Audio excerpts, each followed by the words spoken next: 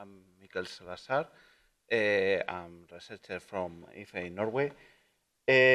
And yeah, I used to participate in different standardization groups so that we can create different mechanisms to collaborate and share complex 3D and geospatial data across cultural and technological barriers. And coupled with our experience creating emergency management systems for the nuclear sector in IFE, the VR department at IFE, we are trying to show here GeoPose and how can it be used to create emergency or to improve the emergency systems in a geospatial environment. Because, yeah, today is a beautiful day outside, too much, in fact. See if I can. Yeah, because the birds are not singing, the flowers are not blooming, but at least we have geospatial information that enable us to reach water, and it's something that it is important. But the problem is that this beautiful situation is not always possible, and sometimes disaster strikes. And as you might know, a hurricane is looming over the horizon, similar to the Hurricane Ida that in 2021 caused a lot of problems and even generated a tornado outbreak in the area. And I don't want to alarm you, but you are 30 meters above the sea level, 100 feet. You are also 60 kilometers away or 35 miles from the nearest nuclear power plant. And worst of all, you are very close to New Jersey. So it's something that you have to take into account. But probably the biggest problem that an emergency system has is that even in this building that has 36 floors, when you see it from their perspective, it's just a zenithal view and all the floors are compressed together. So it is very difficult to have emergency responders know where to act or how to solve this issue. Fortunately, OGC GeoPose is here to rescue the situation, but not as a superhero or something like that, but by simply being there and being possible for emergency response system to use this standard to position elements, to create paths, to be able to, more than anything, know where things are, how to avoid them, and basically guide people to safety in need be.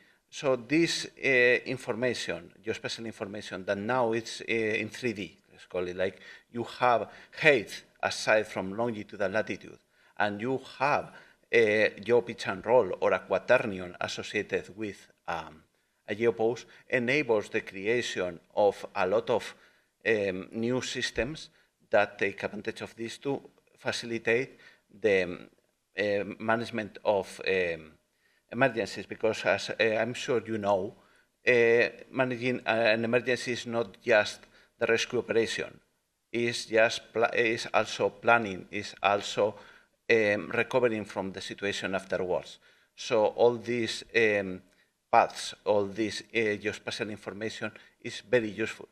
But the problem is right now, selling it, it's complicated because there are different silos of information. There are different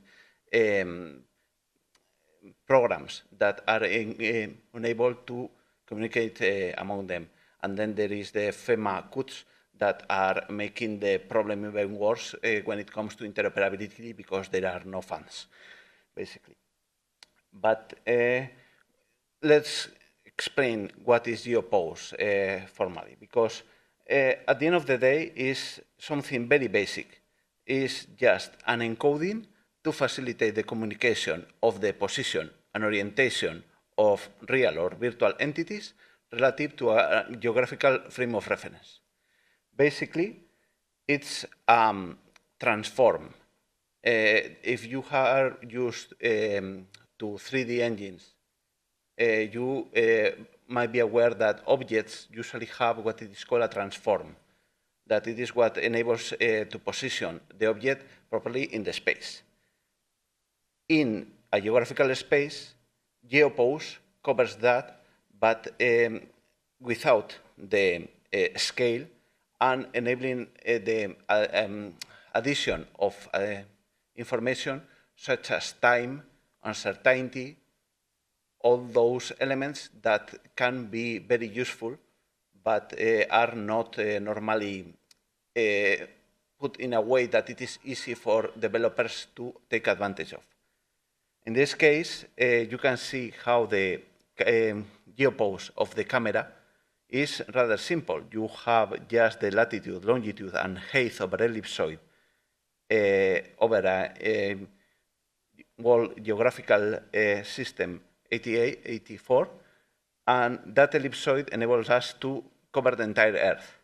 And then we use a rotation, like can be geopitch angles or a quaternion, to position elements. So we can position everything, the cameras, entities, basically any entity, especially dynamic ones, are possible to describe with this and set it. So even if you don't know that there is what there is there with the GeoPose, you are not able to understand the model, you are not able to understand semantic information, whatever it has associated, but you know the GeoPose. So at least you know there is something there and you avoid it. But yeah, how can GeoPose be used? There are three main ideas that can have many possible applications. Like, of course, posing, that it is like giving not only the position, but also the orientation to photos. So in the case of emergency systems, you can send a photo with a GeoPose to an emergency responder, and they will understand not just the photo itself, but where are you looking at when you take the photo. So that provides a lot more information and improves situational awareness. But also, you can track different objects over time. And you can say, like, okay, I have this dynamic object, I can follow it. And it can be the head of a wildfire, it can be a hurricane, a tornado, or any other kind of hazard.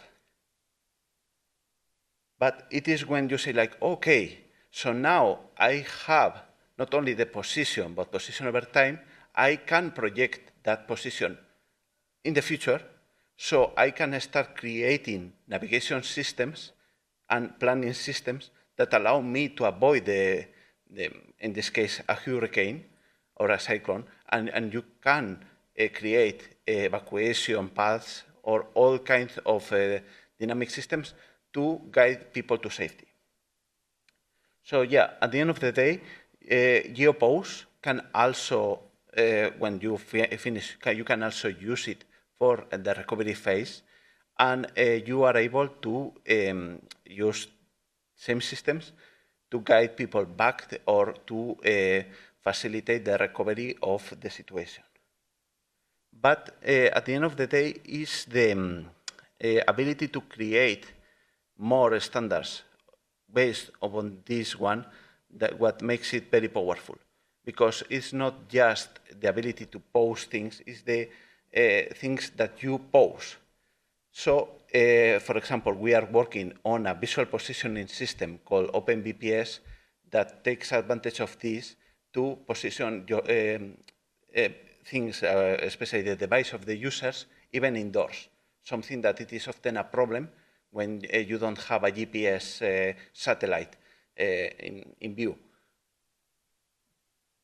And I myself, I am working on a reality modeling language that enables me not to create just points, but actually spaces, in this case, parking spots, and model the entire reality and create connections that go from one point to another.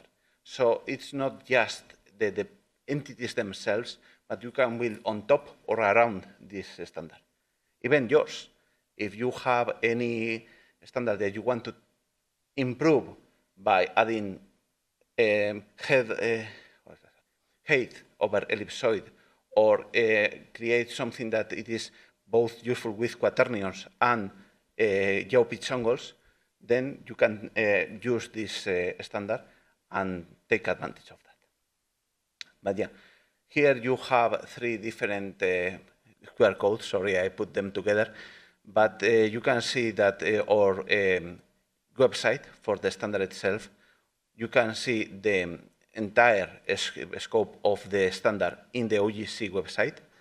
And you can also play with the experimental implementation with Cesium GS I created for this conference.